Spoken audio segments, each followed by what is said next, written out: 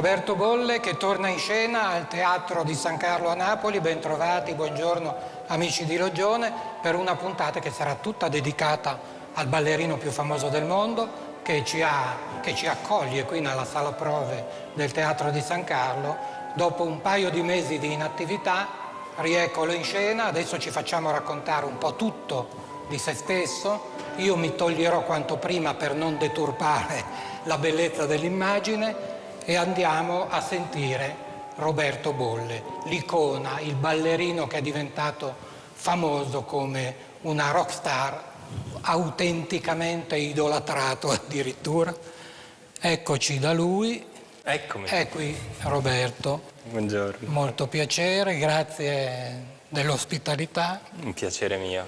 Dunque anche gli dèi hanno qualche acciacco ogni tanto. Sì, soprattutto nella nostra arte, che comunque è bellissima, ma è anche molto difficile, molto delicata e bisogna essere veramente pronti, preparati e non è sempre facile essere al massimo livello, però adesso siamo di nuovo pronti per andare in scena.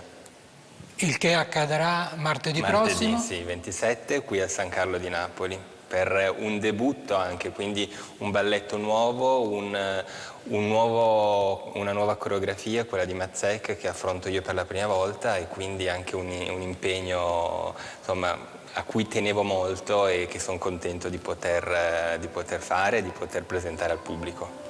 Bene, adesso noi andiamo a vedere qualche immagine delle prove che ci ha gentilmente concesso di essere ripreso Roberto, e poi lui ci racconterà tutto di se stesso. Quasi.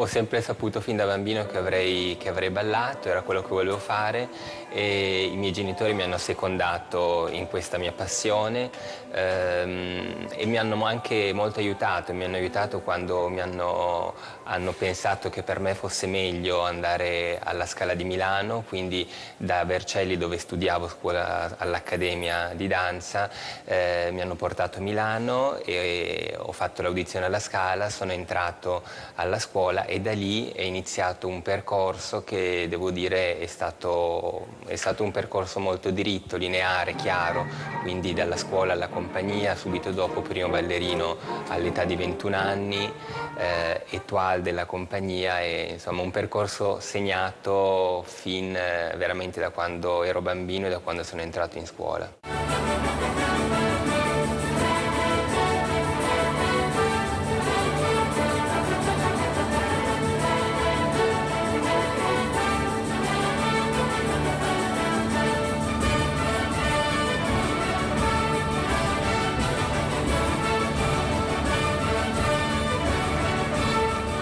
Gli anni della scuola sono stati sicuramente anni molto duri, molto difficili, di grande impegno fin da subito, e anche difficili dal punto di vista personale, perché quando comunque ero bambino, avevo 11 anni e mi sono trovato a Milano da solo, mi mancava molto la famiglia, sentivo molta nostalgia dell'ambiente familiare, dei genitori, dei miei fratelli, di mia sorella, quindi è stato un momento difficile, con anche incertezze. A volte volevo tornare indietro, non sapevo se ce l'avrei fatta a continuare con la scuola. Poi andando avanti, crescendo, è stato comunque, voglio dire, sono stato felice poi di essere rimasto, anche se non è veramente stato facile.